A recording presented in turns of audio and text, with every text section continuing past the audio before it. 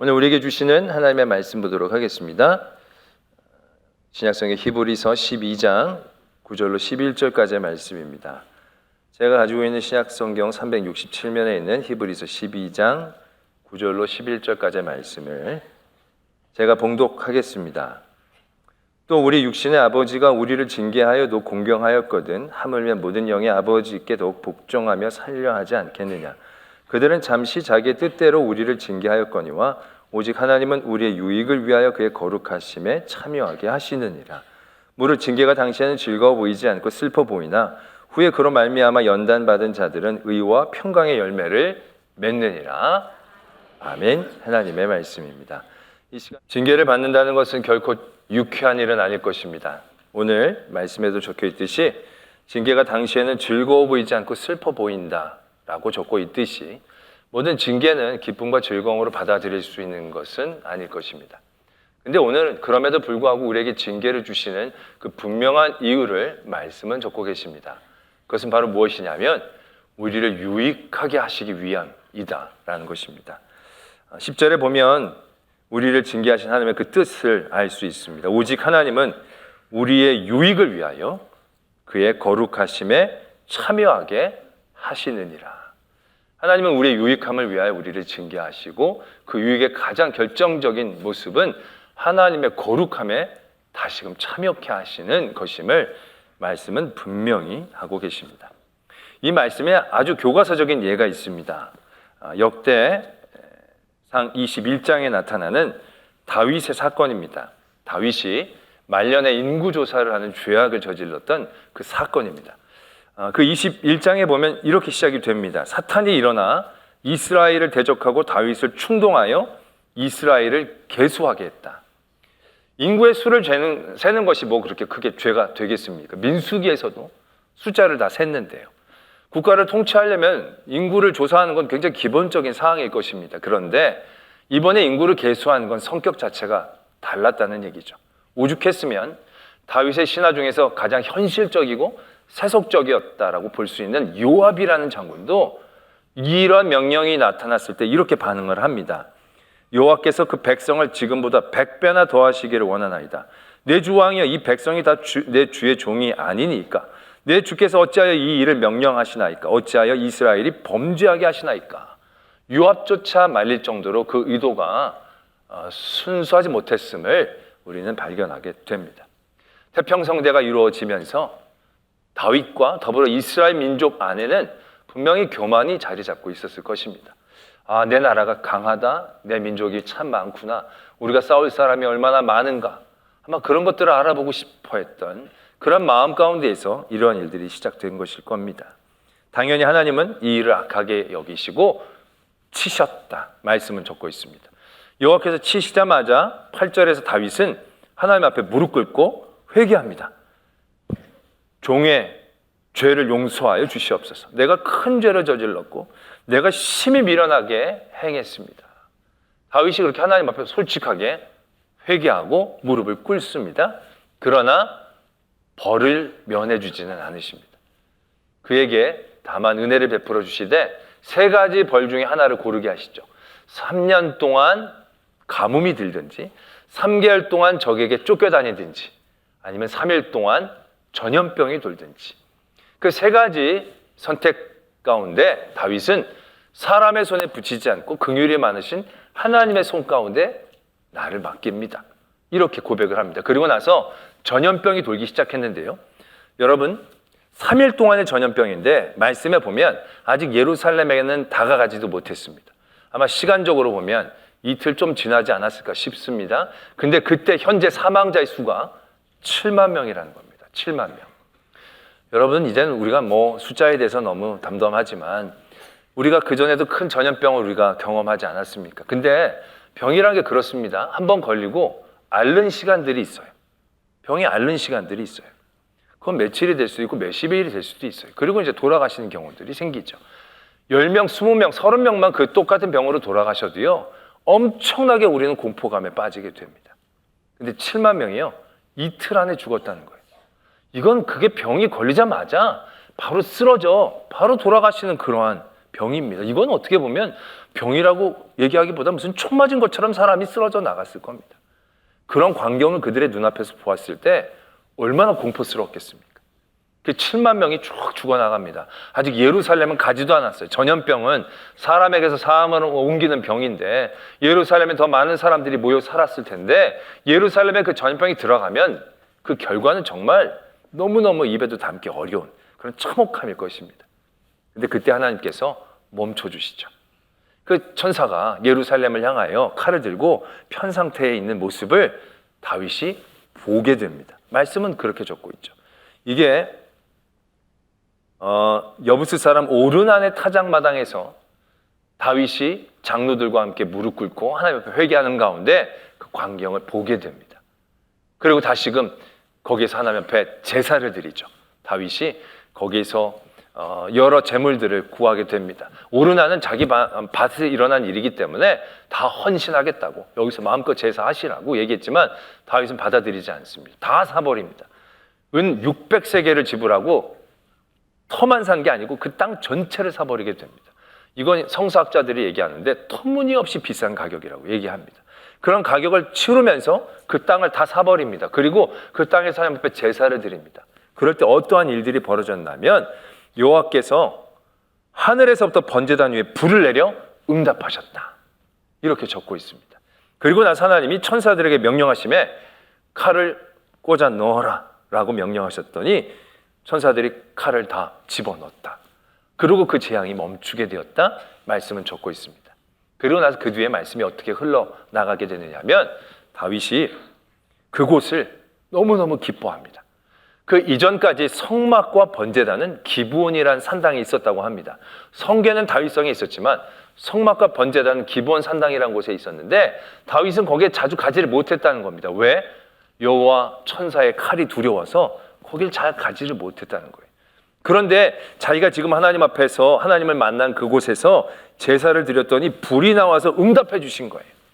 그때 다윗은 너무너무 기뻐한 겁니다. 그리고 이렇게 고백을 하죠. 여기가 하나님의 성전이고 이스라엘의 번제단입니다. 그리고 나서 다윗은 성전을 지을 준비를 시작합니다. 그동안 하나님께서 막으셨던 일인데 짓는 건 아니지만 땅까지 다 마련했기 때문에 설계도, 돌, 놋, 못, 성전에 지을 수 있는 모든 준비를 이 뒤에 아주 기쁨으로 감당합니다. 다윗뿐만이 아니라 모든 백성들이 그 일들을 기쁨으로 감당하면서 오히려 전화위복이 되어지는 일들을 우리는 발견하게 되어지는 것이죠. 오늘 주신 말씀과 똑같은 상황이 벌어진 겁니다.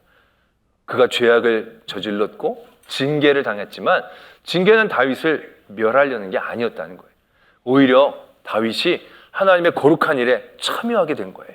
그전까지 하나님이 막으셔서 아무것도 하지 말아야 될 것처럼 생각했었는데 하나님께서 제사도 받아주시고 땅도 허락해 주셔서 내가 성전 지을 준비를 하면 되겠구나 라고 그 일들에 그가 나갈 수 있을 때 그뿐 아니라 그의 모든 백성들이 그 일들에 동참하고 큰 기쁨과 의와 평강의 열매들을 그들이 맛보게 된 아주 교과서적인 예를 우리는 발견할 수 있다라는 것입니다. 바로 이와 같습니다. 다윗이 치명적인 죄를 저질러서 엄청난 징계, 거의 3일 가까운 날에 7만 명이 죽어가는 징계를 받았지만 그것은 결국 어떠한 하나님의 은혜의 일로 연결되어집니까?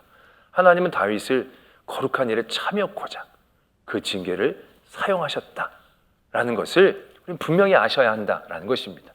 우리에게 주어지는 징계, 환난, 문제도 우리는 이렇게 이해해야 한다라는 것이죠. 그런데 우리가 이렇게 이해하고자 하지만 다윗은 왕이고 힘도 있었고 가진 게 좀 남아 있어서 그런 징계를 당한 후에도 하나님의 성전을 세우는 이런 거룩한 일이라도 참여할 수 있었고 동참하고 행할 수 있었지만 너무 극심한 징벌과 징계 가운데 모든 것을 잃게 되어진 것 같은 삶의 자리에 놓여 있는 이들도 적지 않다는 겁니다. 그들에게는 뭘 할 수 있는 여력이 전혀 남아 있어 보이질 않는 거죠. 다 잃고 다 빼앗겼는데 그 다음에 무슨 거룩한 일들 가운데 우리가 쓰임받고 이 징계, 이 고난과 환난이 우리에게 무슨 유익이 있습니까? 아무리 눈 씻고 찾아봐도 아무런 유익함도 찾아낼 수 없는 징계와 고난의 자리에 있는 경우들이 적지 않다는 것이죠. 우리가 이러할 때 이 말씀은 우리가 어떻게 받아들여야 하는가? 우리는 이 말씀을 제대로 받아들이기 위해서요, 그의 거룩함에 참여한다는 것이 어떤 의미인가를 분명히 알아야 한다는 겁니다. 우리는 아까 그 교과서적인 다윗의 말씀을 드리면서 성전을 세우고 그 거룩함에 참여함으로 기쁨을 누렸던 그런 일들을 말씀을 드렸지만, 정작 진짜 다윗이 거룩함에 참여했던 시작은 성전을 위해 돌을 준비하고 놋을 준비하는 거기가 아니었다는 겁니다. 정말로 그가 거룩해지는 시작, 거룩의 참여의 시작은요, 그가 하나님 앞에 선고를 받고 회개하는 그 자리에서부터 그의 거룩함이 시작됐다는 겁니다. 아까도 말씀을 드렸지만 그가 하나님 앞에 회개하고 하나님의 손에 그를 맡깁니다. 하나님이 긍휼이 많으시니까 하나님은 좀 때리시다가도 말겠지 라고 생각하면서 그걸 노리고 여호와 손에 자기를 맡긴다고 얘기할 수도 있습니다. 근데 이거 굉장히 위험 부담률이 높은 거예요. 왜? 사람에게 맞는 것보다 하나님에게 맞는 건 엄청나게 타격이 큰 것이 분명하거든요. 오늘도 보지만 하나님이 때리다 말았거든요. 때리다 말아도 7만 명인 거예요. 다 때렸으면 정말 상상할 수도 없는 일이에요. 하나님한테 맞는 것보다 사람한테 맞는 게 더 유리해요. 3년 기근, 가뭄, 백성들은 힘들겠지만 다윗이 굶지는 않을 거예요. 왕이니까. 다른 사람들은 못 먹어도 자기는 먹고 견딜 수 있어요. 적군에게 쫓겨다닌다? 자기 백성들은 죽거나 포로로 끌려갈 수 있겠지만 다윗은 주변에 장군들도 있고 보호하는 사람들도 있고 3개월 얼치절치 그냥 도망다니면 안 잡히고 버틸 수 있어요.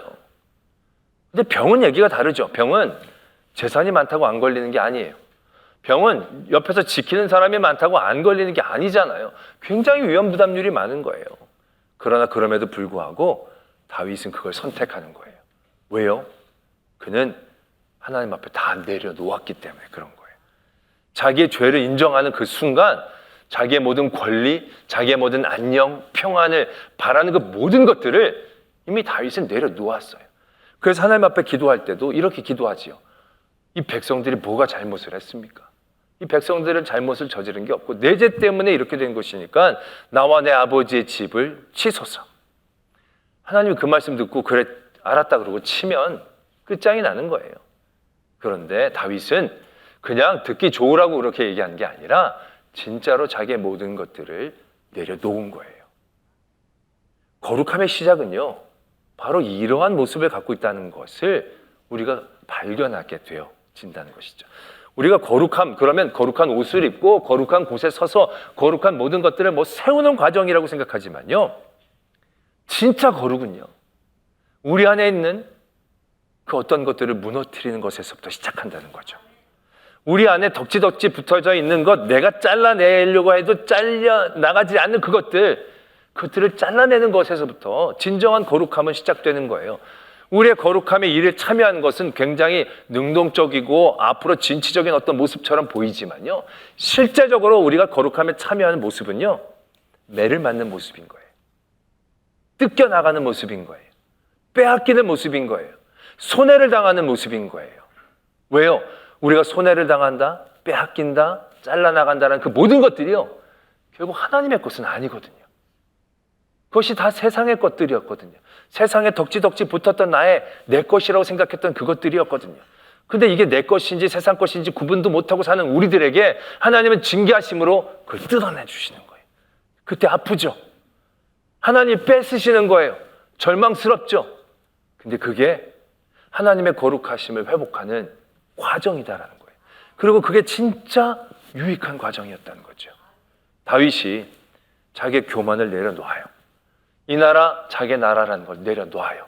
이 백성 내 백성이 아님을 깨달아요. 왜?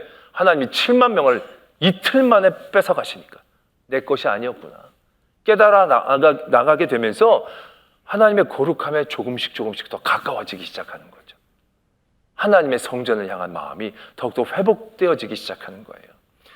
그 밭도 어차피 자기네는 나라 땅인데 제사할 때 그냥 헌물 받은 걸로 제사만 드려도 되죠. 다윗은 그렇게 하고 싶지 않았던 거예요.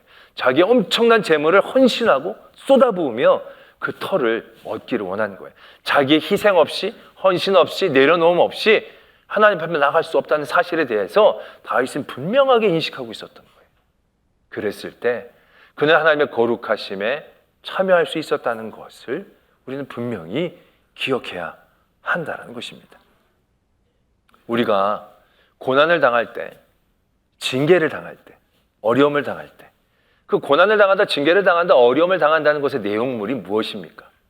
무너지는 거, 빼앗기는 거, 잘려나가는 거, 잃어버리는 거. 근데 무너지고 빼앗기고 잘려나가고 잃어버리는 그 모든 것들이 뭡니까? 돈이나 건강이나 권력이나 행복이나 즐거움이나 이런 이름 아닙니까? 내 잘려나가는 것 중에 믿음이 있습니까? 잘려나가는 것 중에 겸손이 있습니까?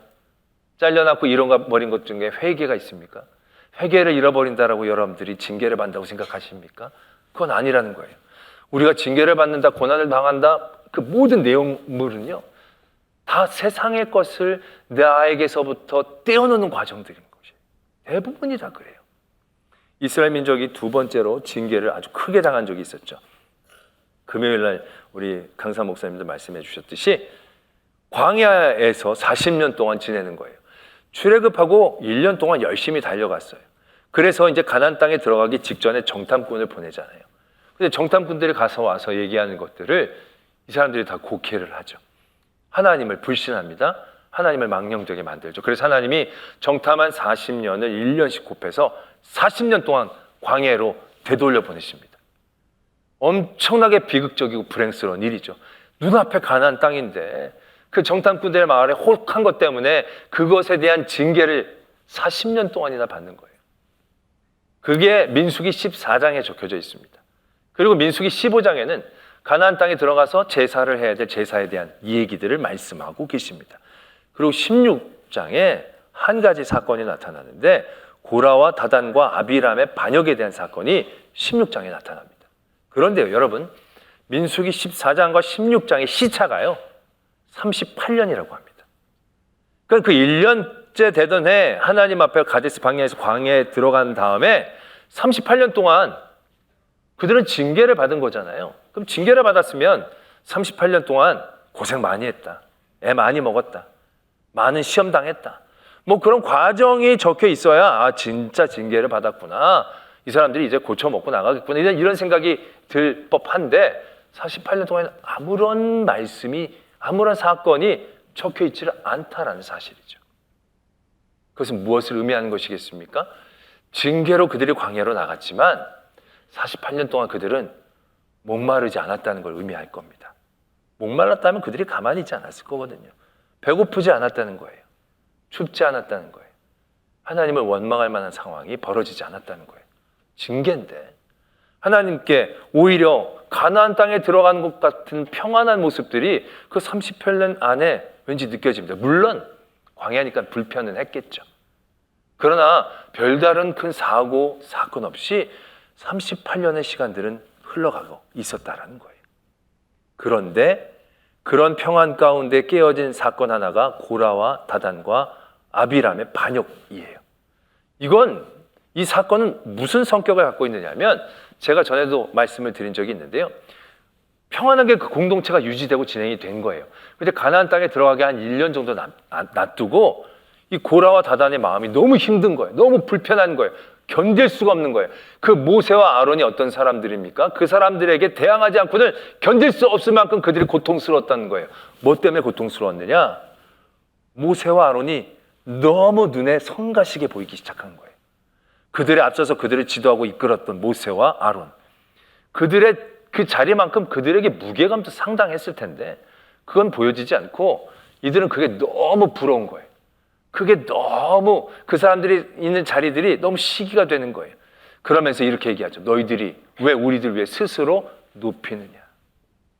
결국 그 공동체가 유지되고 진행되기 위해서 하나님은 각 사람들을 그 직분에 맞게 세워주신 거예요.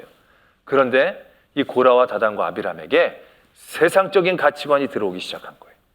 그래서 그 일이 높고 낮음으로 보여지기 시작한 거예요. 크고 작음으로 여겨지기 시작한 거예요. 그 세상적인 가치관이 그들의 마음에 들어오니까 그 모습이 너무 못 견디게 불편하기 시작한 거예요. 고통스러워진 거예요. 그 전까지 느끼지 못했을 텐데. 세상적인 가치관 때문에 모세가 너무 눈에 성가시게 보이고 반역하지 않을 수 없게 그들을 내모게 된 거죠. 모세가 얘기하죠. 너희들의 일들을 왜 작게 여기느냐. 그들이 징계를 받았지만 평안한 38년을 지냈습니다. 근데 그들의 거룩함이 훼손되기 시작한 거예요. 무엇 때문에? 세상적인 가치관 때문에. 이제 들어갈 가나안 땅의 가치관 때문에 높고 낮음으로, 크고 작음으로 그 눈에 보이기 시작한 거예요. 하나님은 그래서 그들을 다시금 징계하시고 그들을 거룩하게 하신 거예요. 그 세상의 가치관들을 깨트리시고 내려놓게 하셨다라는 사실들을 우리는 분명히 기억해야 한다라는 것입니다.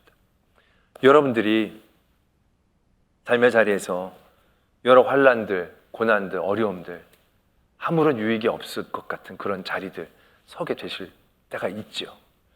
그럴 때 한번 다시금 바라보아야 합니다. 하나님이 내게 깨트리시고자 하시는 것은 뭔지, 내게 포기하게 하시는 것이 뭔지. 하나님이 이스라엘을 징계할 때 결국 어디까지 징계하십니까?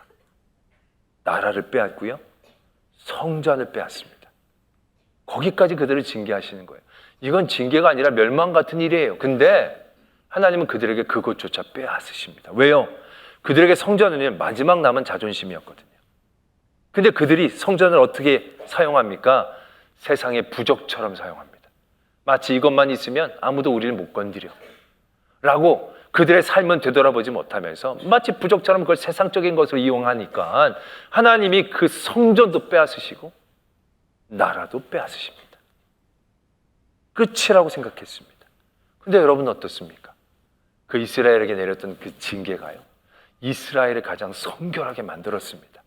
이스라엘의 모든 신앙과 하나님의 말씀은요, 포로기 때 거의 집대성되기 시작한 거예요. 그때 세워지기 시작한 거예요. 왜? 아무것도 의지할 게 없거든요. 아무것도 그들을 바라볼 게 없거든요. 하나님밖에 남지 않았거든요. 하나님이 그 모든 것들을 의지하지 못하게 다 빼앗으실 때까지 그들은 그걸 내려놓지 못했거든요. 그래서 하나님은 그렇게 가혹하게 징계를 하신 거예요. 아무런 유익도 없어 보이는 그 자리. 그러나 거기서 하나님은 하나님의 거룩함에 그들이 다시금 회복되고 참여하실 수 있도록 도와주셨다는 사실들을 우리 분명히 기억해야 한다는 거예요. 하나님이 징계를 내리실 때 내려놓지 못하면 어떤 현상이 벌어지느냐? 하나님이 가인이 아벨을 죽였을 때 가인에게 징계를 내리십니다. 땅의 소산을 너는 얻지 못하고 너는 유리방황할 것이다. 그때 가인이 뭐라고 얘기하는지 아십니까? 가인이 이렇게 얘기합니다.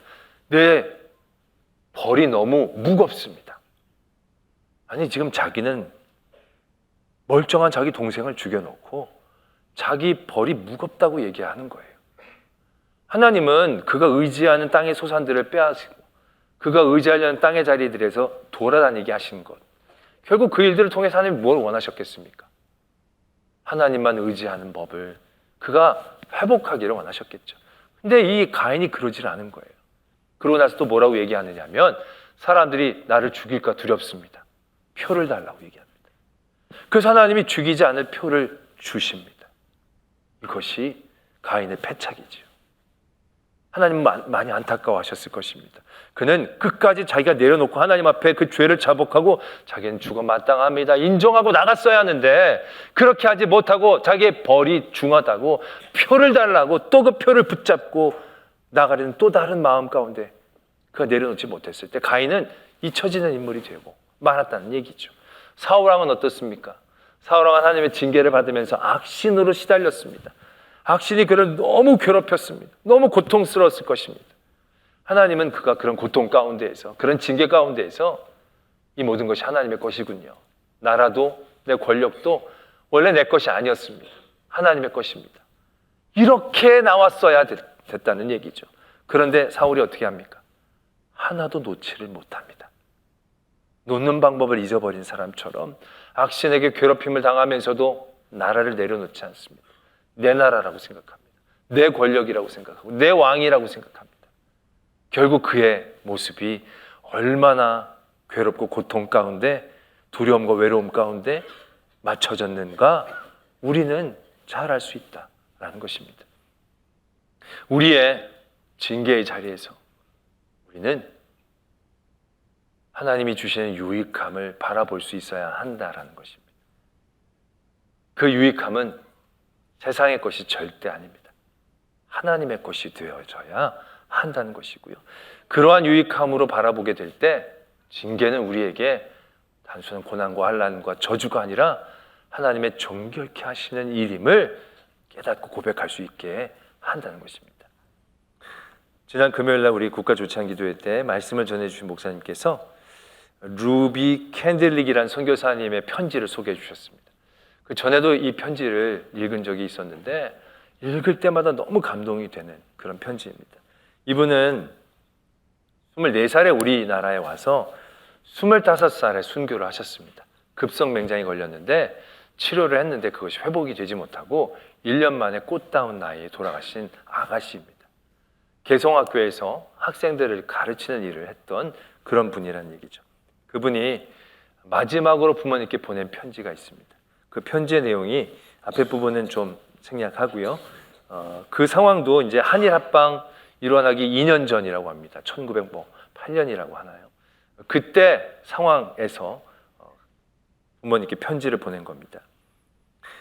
그러나 한편에서는 탄압이 점점 심해지고 있습니다. 그저께는 예수님을 영접한 지 일주일도 안 된 서너 명이 끌려가 순교했고 토마스 선교사와 제임스 선교사도 순교했습니다. 선교본부에서는 철수하라는 지시가 있었지만 대부분의 선교사들은 그들이 전도한 조선인들과 아직도 숨어서 예배를 드리고 있습니다. 그들은 모두가 순교를 할 작정인가 봅니다. 오늘 밤은 유난히도 고향으로 돌아가고 싶습니다. 외국인을 죽이고 기독교를 증오한다는 소문 때문에 부두에서 저를 끝까지 말리셨던 어머니의 얼굴이 자꾸 제 눈앞에 어른거립니다.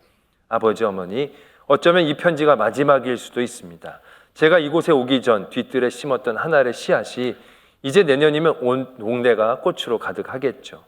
그리고 또 다른 씨앗을 만들어 조선 땅에는 많은 꽃들이 피고 그들도 여러 나라에서 씨앗이 될 것입니다. 저는 이 땅에 저의 심장을 묻겠습니다. 바로 이것은 제가 조선을 향해 가지는 열정이 아니라 하나님께서 조선을 향해 가지신 열정이라는 것을 알게 되었습니다. 어머니, 아버지, 사랑합니다. 이런 편지였습니다. 이분은 조선을 향한 열정이 있었습니다. 그러나 탄압과 어려움의 상황 가운데서 이분은 진짜 거룩함을 깨달은 것입니다. 자기가 갖고 있었던 마음이 아니라 자기의 하나님의 마음을 회복할 수 있었다는 거죠. 자기 의지와 뜻으로 되지 못하는 삶의 자리를 만날 때 이것이 하나님의 마음이고 하나님이 이 땅을 향하여 가지셨던 사랑이었다는 사실들을 깨달을 수 있었다는 거죠. 이게 그런 환난과 고난의 자리에서 하나님이 성도들에게 주시는 놀라운 거룩함의 유익이라는 것을, 이러한 마음을 가진 사람들이 결국 의라고 하는 평강의 이름을 가진 의로 열매 맺을 수 있다는 사실 또한 우리가 분명히 깨달아야 한다는 것입니다. 이 루비 캔드릭 선교사님의 묘비에 이렇게 적혀져 있다고 합니다. 영어로 적혀져 있는데 한글로 얘기하면 이렇습니다. 나에게 1000개의 생명이 주어진다 해도 그 모두를 한국에 바치리라. 결국 이런 내려놓음이 그런 모든 환난에서 하나님의 거룩함을 붙잡는 기름을 가르쳐주고 계신다는 거죠. 이러한 마지막 편지가 이 루비 캔드릭 선교사님의 고향에서 읽혀졌다고 합니다. 그리고 나서 모든 청년들이, 젊은이들이 감동을 받아서 그 이후에 그 고향에서 20명의 선교사가 조선을 향하여 왔다고 합니다. 그리고 조선을 향하여 많은 후원이 그 지역, 그 고향에서 이루어졌다라는 후일담 또한 있다라는 얘기죠. 아름다운 의와 평강의 열매는 그렇게 맺어지는 것입니다. 우리의 삶의 자리에서 이런 징계의 자리, 환난의 자리, 고난의 자리를 다시 한번 바라볼 수 있기를 바랍니다. 세상의 눈으로 보면 절대 유익은 없습니다. 그러나 하나님의 눈으로 보면 세상의 모든 유익이 떠나가는 그 자리는 거룩함으로 회복될 수 있는 자리. 그 거룩함으로 회복될 수 있는 자리는 진정한 하나님의 의와 평강을 누릴 수 있는 은혜와 복된 자리임을 깨달을 수 있는 저와 여러분들, 그래서 징계를 기쁨으로 감당할 수 있는 저와 여러분들이 되어지기를 소망합니다. 기도하겠습니다.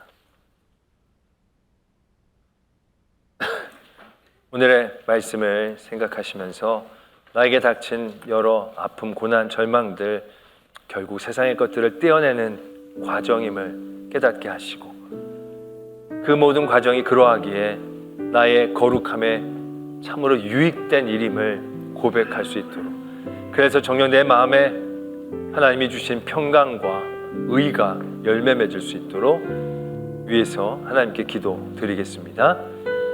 사랑의 하나님 아버지, 함께 하시고 지켜주시고 인도해 주시옵소서.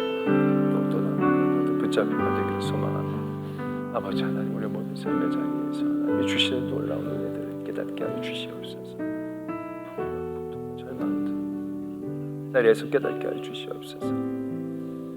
사랑의 하나님 아버지, 징계는 무너짐이고 빼앗김이고 이름입니다. 그러나 그것은 또다시 하나님이 세상의 것들을 내려놓게 하시고 아름답게 하나님의 것을 회복하시라는 과정임을 알게 하여 주시며, 그 하나님의 우리를 향한 사랑의 진심을 붙잡고 내 마음의 징계의 자리에서도 평강과 의를 회복할 수 있는 저희들 되게 하여 주시옵소서. 믿사오며 예수 그리스도의 이름으로 기도드립니다. 아멘.